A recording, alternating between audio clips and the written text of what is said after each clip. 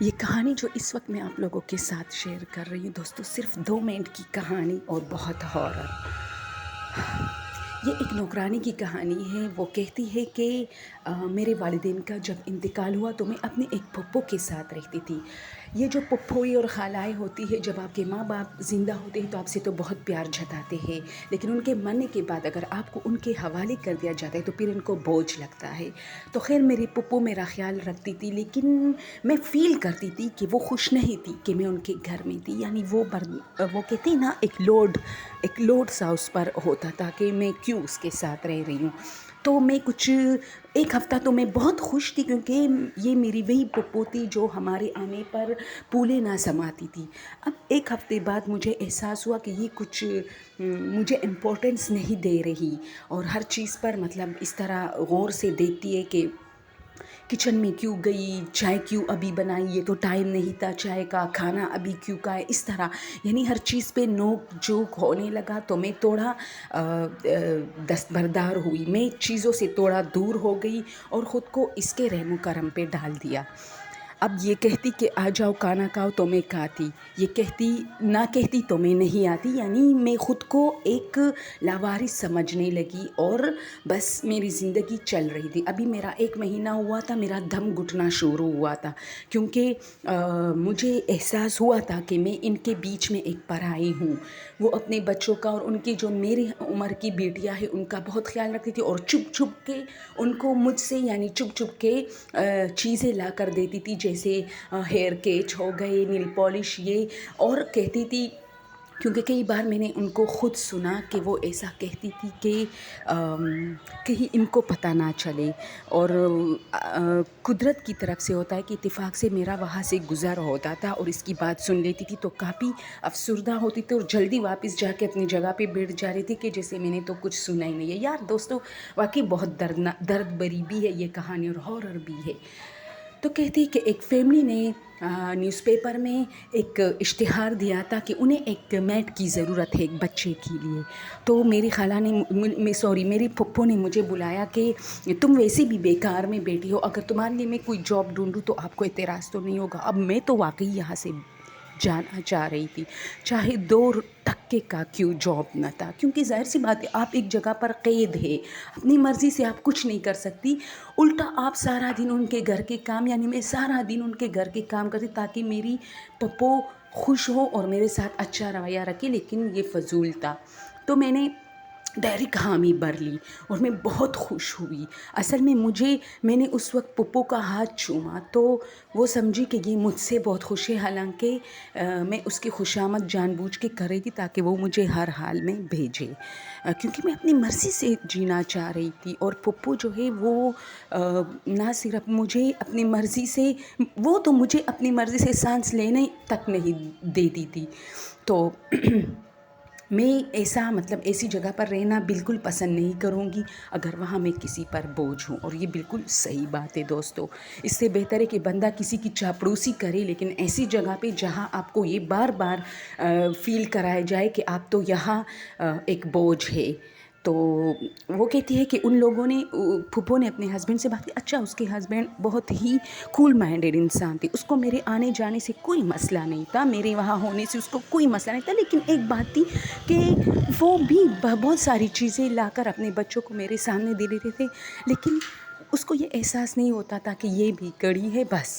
حالانکہ یہ نہیں، بہت اچھا تھا، میرے ساتھ اکثر گپ شپ لگا دیتا تھا کہ اس کو دیکھو اس کو دیکھو، جب بچے شرارتی کرتے میں بھی ہنس دیتی تھی، لیکن باقی وہ میرا بالکل ایک انسانیت کے ناطے پر کچھ بھی اس کی طرف سے اچھائی نہیں ہوتی تھی۔ تو یہ ہوا کہ میرے جو پھپھا تھے وہ میری بالکل پپو کے انڈر میں تھے، تو انہوں نے تو کچھ نہیں کہا کہ آپ کی مرضی، آپ کی بھتیجی ہے، آپ نے جہاں بھیجنا ہے بھیجو۔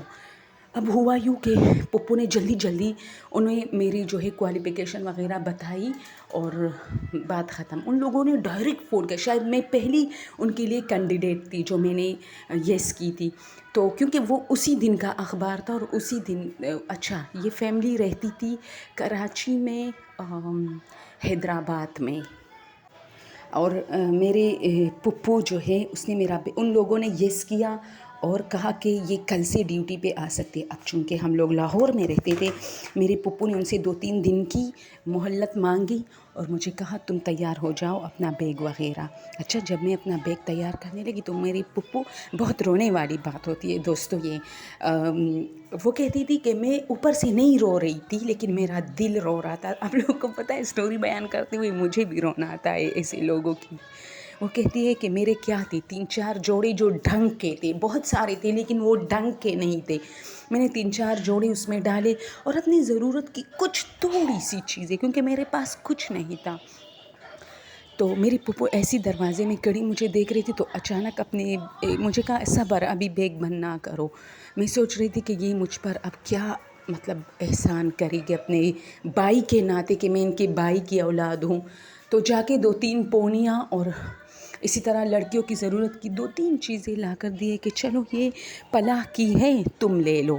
یعنی اپنی بیٹی کا نام لیا کہ اس کا ہے، یہ تم نے. میں نے کہا کوئی مسئلہ نہیں ہے، میں ویسے بھی مجھے تنخواہ ملے گی تو میں لے لوں گی. اچھا، اس عورت نے مجھے اس بات پہ رکھا تھا، جو اشتہار دیا تھا کہ ہمارے گھر میں ہمارے ساتھ رہے گی، بچے کا دیکھ بھال کرے گی، کھانا پینا سب فری، رہائش فری، 10,000 روپے ہر مہینے کا. اب اتنے پیسوں میں کون کام کرتا ہے؟ لیکن میں تو یہاں سے، مجھے تو پیسوں کی بھی ضرورت نہیں تھی اگر چٹ مل رہی تھی. اب جب میں وہاں گئی، اچھا مجھے میرے پھپھو اور پھپھا لے کے گئے. میرے پھپھو کو ڈرائیونگ نہیں آتی تھی تو میرے پھپھا کو ویسے بھی وہ جی والا ہسبینڈ تھا، تو بچوں کو گھر میں چھوڑ کے ہم لوگ کراچی کے لیے گاڑی میں روانہ ہوئے.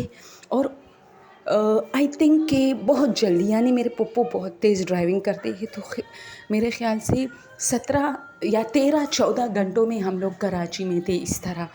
اور پھر حیدرآباد تک، اور پھر اس گھر کا جو ایڈریس تھا اس پہ پہنچ گئے. وہاں ہمیں بٹھایا گیا اور ان لوگوں نے ہماری کافی خیر مدارت کی. پھپھا پھپھو کو کھانا کھلایا اور ڈرنکیں وغیرہ پیش ہوئی، سب کچھ. اور یہ سب نوکروں نے کیا.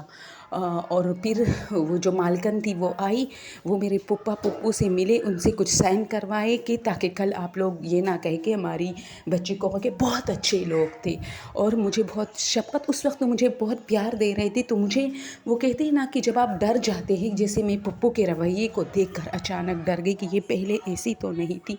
تو مجھے کچھ گھبراہٹ ہو رہی تھی کہ شاید وہ پھپھو کے سامنے اچھی بن رہی ہے. لیکن خیر میں نے اب ٹھان لی تھی کہ چاہے مطلب جو بھی ہو، لیکن مجھے یہ جاب کرنی ہے. اس عورت کا بھی رویہ مجھے برداشت کرنا ہے، چاہے جیسا بھی ہو. تو پھر یہ ہوا کہ میرے پھپھا پھپھو 1-8 گھنٹے کے بعد انہوں نے جانے کا پروگرام بنایا کہ چونکہ بچوں کو گھر میں اکیلا چھوڑ کے آئے ہیں تو، اور مجھ سے کہا کہ رابطے میں رہنا ہم سے. میں سوچ رہی تھی کہ رابطے میں اب کیوں رہوں، آپ لوگ کون سا میرا اتنا خیال رکھ رہے کہ میں آپ لوگ کے ساتھ اب رابطے میں بھی رہوں. خیر وہ چلے گئے اور میں خاموش بیٹی تھی. وہ لڑکی جا کے، وہاں ایک لڑکی تھی جو کہ نوکر تھی باورچی خانے کی، وہ اس مالکہ نے کہا کہ اس کے لیے چائے لے کر آؤ. وہ چائے لے کر آئے، ہم باتیں کر رہے تھے تو مجھے بار بار رونا آ رہا تھا اور اس کو وہ عورت فیل کر رہی تھی. بہت اچھی عورت، بہت. اس نے مجھے کہا تمہیں یہاں کسی چیز کی کمی نہیں ہوگی، بس تم میرے بیٹے کے ساتھ ہوگے. یہ بہت اکیلا ہے، ہماری اس کے علاوہ کوئی اولاد نہیں ہے. ہم لوگ اس طرح مطلب جابز وغیرہ کے لیے جاتے ہیں تو یہ گھر میں اکیلا پڑ جاتا ہے. بس تم نے اس کا خیال بھی رکھنا ہے، اس کے ساتھ کھیلنا بھی، اس کے ساتھ مطلب بچی بھی بننا ہے اور اس کا بھی کیئر بھی کرنا ہے. ٹھیک ہے، ہو گیا. اب دوستو یہ ہوا کہ میں اس کے ساتھ، اس بچے کے ساتھ بہت گل مل گئی. ہم لوگ خوب کھیلتے تھے اور اس کا ایک الگ ٹیبل تھا جس پر وہ کھانا کھاتا. اس پہ 2 کرسیاں رکھی، ایک میرے لیے، اس کے جو وہ بچہ کھاتا تھا وہی میں. مجھے کسی چیز کی کمی نہیں تھی. لیکن وہ عورت مجھے اکثر گپ شپ میں کہتی تھی کہ تمہیں کسی چیز کی کمی تو نہیں ہے، اور تمہاری پھپھو اتنی جلدی راضی ہوئی، تمہیں یہاں لے کر آئی. تو ایک دن چونکہ میں اکثر روتی رہتی تھی تو میں نے اس کو پوری کہانی بتائی کہ میں وہاں بہت تنگ تھی، چاہے آپ کچھ پیسے بھی نہ دیتی میں اس جاب کو ایکسیپٹ کرتی. تو اس نے کہا کہ تم کہاں تک پڑھی لکھی ہو؟ تو میں نے کہا کہ صرف انٹر. تو اس نے کہا آگے تم پڑھ سکتی ہو، لیکن یہ ہے کہ صرف ایگزامس کے لیے جاؤ گی، یعنی ایڈمیشن صرف ایگزامس کا ہوگا تمہارا، جس کا خرچہ میں اٹھاؤں گی. کلاسیں تم اس لیے نہیں لوگی کیونکہ میرا ظاہر سی بات ہے پھر سے میرا بیٹا اکیلا ہو جائے گا. میں نے حامی بھر لی. اور اسی طرح میں وہاں رہنے لگی. میں بہت خوش تھی. میں اپنے لیے چائے، اپنے لیے کھانا، یعنی ایسا نہیں تھا کہ میں کسی ہاسٹل میں یا کسی کے گھر میں ہوں. دوستو وہ کہتی ہے کہ ایک مرتبہ اس طرح میں واش روم میں بات لینے کے لیے جا رہی تھی تو وہ بچہ میرے ساتھ بہت کھیل رہا تھا اور وہ مجھے جانے نہیں دے رہا تھا. تو اس کی موم نے مجھے چپکے سے اشارہ کیا. جب میں اس کے پاس گئی تو اس نے مجھے کہا کہ یہ بہت شرارتی ہے، یہ تمہیں نہیں چھوڑے گا، تم ایسا کرو چھپن چھپائی کھیلو، چھپن چھپائی میں تم اوپر والے پورشن کے واش روم میں جاؤ. تو میں نے کہا ٹھیک. اس نے مجھے چابیاں دی. اس کا جو اوپر واش روم تھا وہ بند تھا. اب کہانی یہاں سے ہے دوستو، یہ کافی ہارر تھا. تو اس نے کہا کہ وہ اوپر والا پورشن وہ لوگ بہت کم کھولتے تھے کیونکہ وہ لوگ بس سارے 2-3 لوگ تھے نیچے ہی رہتے تھے، وہاں صرف صفائی ہوتی تھی. اچھا میں جیسی ہی گئی نا اور میں نے وہ کمرہ کھولا، کمرے کے اندر واش روم تھا تو مجھے اچانک عجیب فیل ہوا، یعنی میرا سر بھاری ہونے لگا. جیسے ہی میں نے وہ کمرہ کھولا تو میں نے سوچا چلو بہت دنوں سے بند ہوگا، لیکن ایسا نہیں تھا. اس کی روز صفائی ہوتی تھی، وہ مطلب ہر روز اس کو کھولا جاتا تھا. تو میں نے کیا کیا کہ میں نے پھر واش روم کا دروازہ کھولا اور اب جیسے ہی میں نہانے کے لیے میں نے شاور پہ کا جو وہ تھا نا وہ گھمانے والی چیز نل کا، اس پہ ہاتھ رکھا اور جیسے ہی میں گھما کے اب پانی آ رہا ہے تو میں نے آنکھیں بند کی تو مجھے لگ رہا تھا میرے پیچھے کوئی ہے. 2-3 بار مجھے فیل ہوا جیسے باقاعدہ مجھے نظر آیا کہ جیسے کوئی چیز ہے، لیکن آنکھیں کھولنے پر کچھ نہیں ہوتا تھا. پھر میں اپنی آنکھیں نیم کھولی میں نے اور نیم بند کی تو میں نے باقاعدہ دیکھا کہ کوئی چیز ایسے دیوار کے سامنے سے بالکل ایسی تیرتی ہوئی غائب ہوئی ہے. میں نے اچانک اور اسی کے ساتھ میرے پورے وجود پہ وہ چینٹیاں نہیں دوڑنے لگتی، وہی ہوا. اور میں نے بہت جلدی عجیب کپڑے پہنے. ابھی تو میں نے تو شاور بالکل نہیں، بس صرف پانی کھولا تھا، صابن شیمپو کچھ بھی نہیں. میں نے کپڑے پہنے اور میری سانسیں تیز ہونے لگی اور میں نہیں بتا سکتی. وہ کہتی ہے کہ میں کیسے اس واش روم سے نکلی ہوں، مجھے کچھ نظر ہی نہیں آ رہا تھا. میں نے جیسے ہی واش روم کھولا اور کمرے میں آئی تو بھی میں نیم بے ہوش تھی. مجھے لگا صوفے پہ کوئی بڑا آدمی، بہت بڑا، جیسے اس کا سر چھت سے لگ رہا ہے، بیٹھا ہے اور وہ تسبیح پڑھ رہا ہے اور مجھے دیکھ رہا ہے.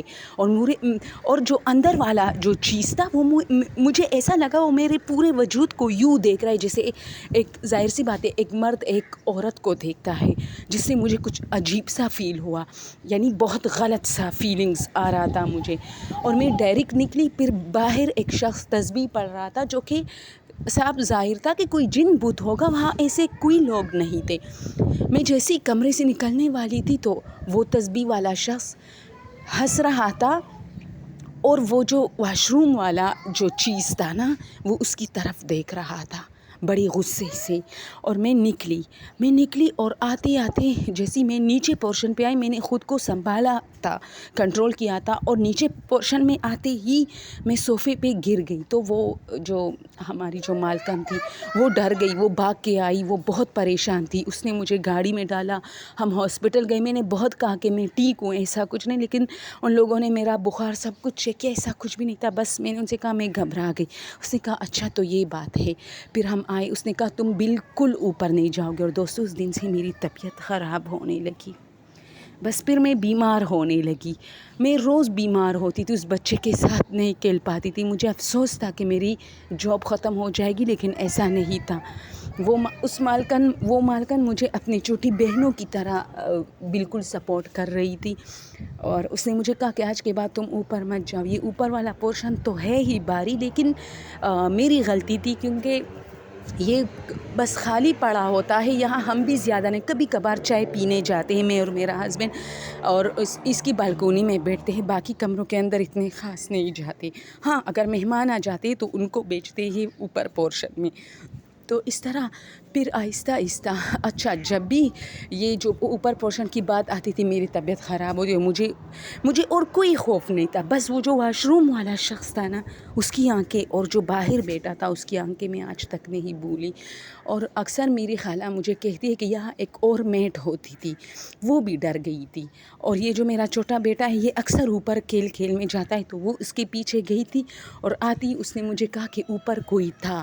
پھر میں نے یہ سارا گھر چھان مارا لیکن لیکن میں سمجھ گئی کہ یہ ڈر گئی ہے، تو اس کے لیے میں معذرت چاہتی ہوں۔ اس نے کہا کہ میں شاید بھول گئی تو اور آپ کو بھیجا۔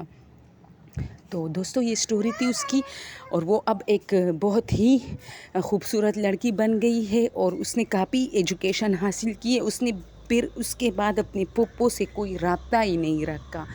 تو اچھی بات ہے کہ جو لوگ صرف آپ کو آپ کے مطلب حصول کے لیے یوز کرتے، یعنی وہ صرف اپنے بھائی کی موجودگی میں بچوں سے محبت کرتی تھی، اور جب اس کے بھائی اور اس کی بھابھی کی ڈیتھ ہوئی تو اس بچی کو اس نے کافی جو ہے جھنجھوڑ کے رکھ دیا تھا، اس کو قیدی بنایا ہوا تھا۔